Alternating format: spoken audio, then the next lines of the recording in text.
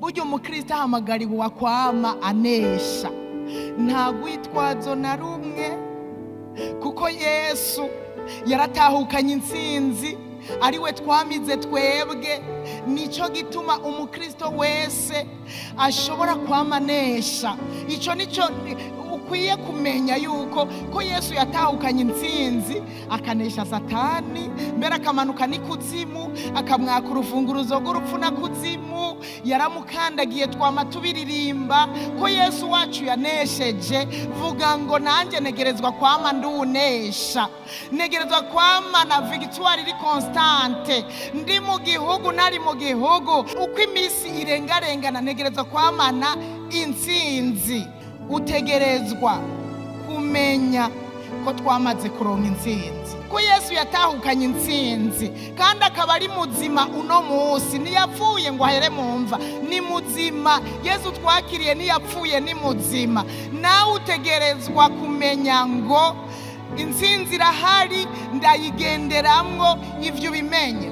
Satani ikigwanishwa afise anezerererwa nukukubona utazi kuhakuru wanesheje, kukubona atazi yuko ugendera mu ntsinzi. Satani biramunezera, aho aba yamaze kukunesha kera.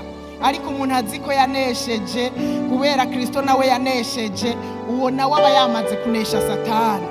Rero birababaje kubona umukristo adatahura icyari nico yakiriye mu rupfu rwa Yesu Kristo. Bisigura ko atajambo ry'Imana abazi, kuko vyose tubisanga mu ijambo ry'Imana. Muraza gusoma muri Hoseya wumve 4:6. Niho Imana yari ibabajwe cyane, iravuga ngo abantu banje baranduwe no kutagira ubwenge. Kutagira ubwenge ngo budutahuza, butwibutsa yuko Yesu yamaze gutsinda, kandi iyo ntsinzi ariyo yacu twebwe abamwakiriye. Tumenye ico turi muri Kristo Yesu, tumenye ico twakiriye mu rupfu rwa Yesu Kristo, aho tuzoba turabanesha Satani. Haleluya. Igihe cyose umukristo mu buzima bwiwe azoba yatahuye inyungu z'igikorwa Yesu yakoze ku musaraba, nagira ndababwira, azoba yahejeje kudezaruma Satani. Kuba uri umukristo yatahuye inyungu z'igikorwa Yesu yakoze ku musaraba, izo nyungu ukazigendana, izo nyungu ukazigenderamo, nagira ndakubwire ngo uzoba wamaze kumwambura ibigwanisho, uzoba wamaze gusubiza hasi Satani.